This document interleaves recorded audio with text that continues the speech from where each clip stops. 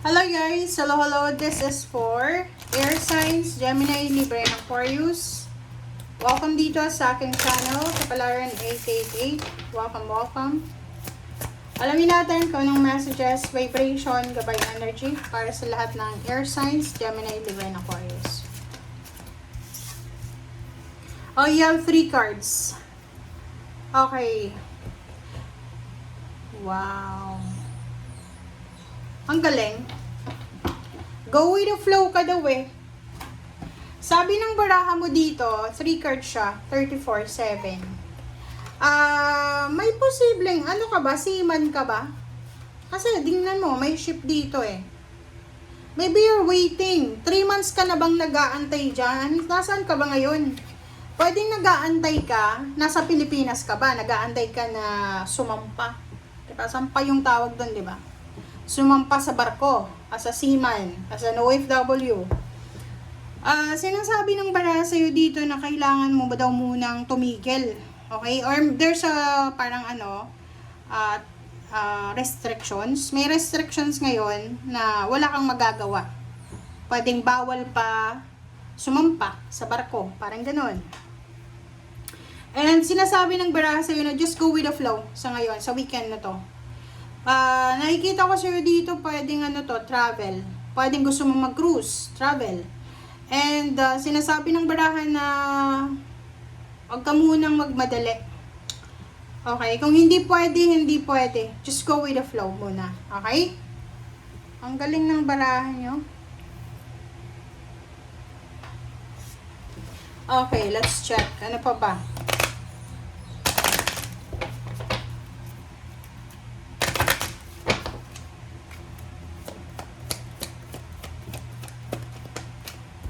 Wow, house 20, 16. Pwedeng nasa ibang bansa ka. Nasa ibang bansa ka, nahuhumsik ka na sa pamilya mo sa Pilipinas. Parang ganun yung energy mo dito, nahuhumsik ka sa anak mo. May anak ka ba? Sa asawa? Boyfriend, girlfriend, or sa parents? Namimiss mo na yung bahay mo. Namimiss mo yung pamilya mo. Namimiss yung foundation. Pwedeng 3 months ka na, naka-stock up ka sa gitna ng dagat. Nasaan ka ba? Kasi dagat din to eh. Diba? Kasi yung ng ship na yan eh. Yung titigil muna siya. So the weekend na to, just go with the flow. Kung ano lang ang darating.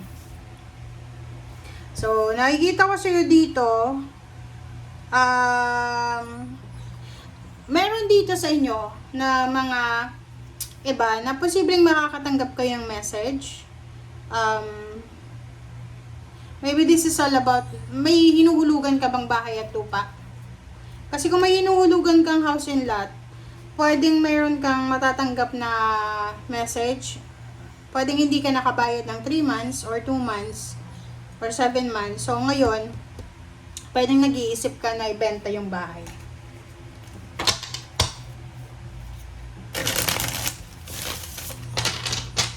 Alright.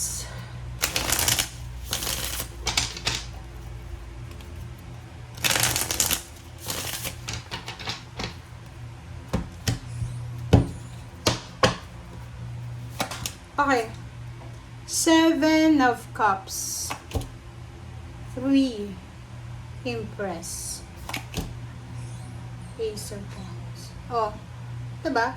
Ang sabi ng baraha sa'yo dito, Air Signs, Gemini, Libra, and Aquarius. Wag muna kayong mawala ng pag-asa. Kasi eto siya, guys, parang nakikita ko sa'yo dito na kung nagpapatayo ka ng bahay or nagpaparenovate ka ng bahay or gusto mong bumili ng bahay, posibleng makatanggap ka ng message from your engineer or from someone, architect, na kailangan mo nang itigil yung construction kasi pwedeng kulang sa materyales or posibleng may problema sa dokumento. Same din dito, pwedeng travel yan, pwedeng gusto mong bumili ng sasakyan or gusto mong mag-travel, and or pwedeng ko ano man yan, walang mangyayari muna sa 2 araw na ito. May delays, may hang-ups, may mga restrictions. Eto naman, sa 7 of Cups, sinasabi ng baraha, huwag ka daw masyadong matakot, mag-alala, manatili kang excited kasi after ng weekend na to, lalo na pagpasok ng Mayo, sinasabi ng baraha na isang exciting na new beginnings ang pwedeng darating sa'yo. Kung babae ka, ay pwedeng there's unexpected pregnancy. Pwedeng, kung ikaw ay nagtatrabaho, like, pwedeng ano ka ba, seaman, pwedeng makakapunda ka sa several countries or sa buong mundo. And, impress din, relationships. May mga bagong relationship, friendship, collaborations, mga bagong ideas regarding sa pera, pagkakaperahan, mga hobbies, or kano pa man. Okay. 10 of Swords and 5 of Cups. So, nakikita ko sa iyo dito na, okay, syempre, di ba, plinano mo yan eh. Wish mo yan eh. Parang bucket list mo. For example, gusto mong makapagpatayo ng bahay, gusto mong maka-renovate ng bahay, pangarap mong maka-travel around the world. Pero, medyo ano ka ngayon eh, medyo nasasaktan ka ngayon, nanghihinayang ka sa nangyayari sa ngayon. So, kung nasa lugar ka na maingay, magulo, may mga entrapment, may mga restrictions, may mga delays, or kung nasaan ka man ngayon, or nasa Pilipinas ka pero may mga bagay kang gustong gawin para hindi matutuloy, sinasabi ng Barase, huwag kang manghihinayang. Okay? Huwag kang manghihinayang. Walang dapat na panghinayangan. Okay, Knight of Cups and 2 of Wands and 5 of Pentacles.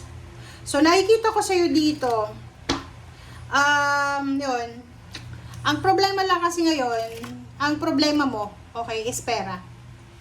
Wala kang choice eh. Parang sinasabi ng Barasa yun na, lalo na sa mga nagpapatayo ng bahay sa ngayon, kung nagpapatayo ka ng bahay, wala kang choice eh, kasi wala kang pera eh. So, ibig sabihin, ubos na yung pera mo, wala ka namang, kumbaga baka naka-save na para sa construction, talagang titigil yung construction. But, sinasabi ng baraha dito, na you have choices and options naman eh. 'Di ba? Parang, wala kang choice, pero may choice ka. Parang gano'n. So, sinasabi ng baraha sa'yo na pwede ka naman umutang sa bangko, pwede kang humingi ng tulong sa mga tao, pero, ay kita ko sa ngayon, imposible yan. Oh, diba? Huwag ka daw magpadalos-dalos. Diba? Ang sabi sa'yo dito ng Knight of Swords, tsaka 10 of Wands, mag-iingat ka. Mag-iingat ka sa sobrang gastos. Mag-iingat ka din sa padalos-dalos na construction na yan eh. Like, halimbawa, magpaparenovate ka ng bahay mo, bibili ka ng sasakyan, puro utang. Tingnan mo to, sa panahon ngayon guys, dapat maging wise kayo. Okay? Huwag magpadalos-dalos. This is Knight of Swords. Kasi yung 10 of Wands dito is magdadala yan sa'yo ng stress. Okay? Okay. Pag may pera kayo, konti lang yung pera nyo, tas gusto nyong, like for example, gusto nyong mag-travel, gusto nyong bumili ng sasakyan, gusto nyong bumili ng mamahaling gamit, i-consider nyo muna na, okay, ginastos na yan. And after that, ano nang mangyayari? So, dito sa barahang to, sinasabi ng baraha sa'yo na, iwasan mo yung sobra-sobrang mabilis, aggressive. Yung aggressiveness na gumastos, aggressiveness na desisyon. Lalo na, ikaw din naman yung maghihirap dito eh. Kasi pwedeng mapagod ka ng sobra sa pagtatrabaho, mamumroblema ka, may stress ka, hindi ka makakatulog sa gabi kung paano mo yan mababayaran or whatever man. So, kailangan ano lang tayo, relax lang. Huwag magmamadali, okay? Okay, next is 6 of Pentacles and High Priestess and Queen of Wands. So, this is all about future. Sinasabi ng baraha sa'yo dito na, di ba? Sagot yan sa'yo eh. Sinasabi ng baraha sa'yo, balanse. Di ba? This is Libra energy.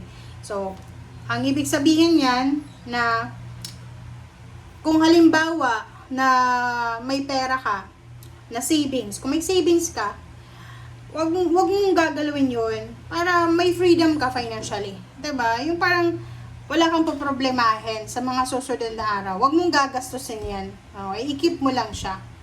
Ano yung ibig sabihin na ito? Huwag tayo maging materialistic sa ngayon. Make sure na ano tayo ngayon simplifying our life. Simple lang. Okay? Thank you guys.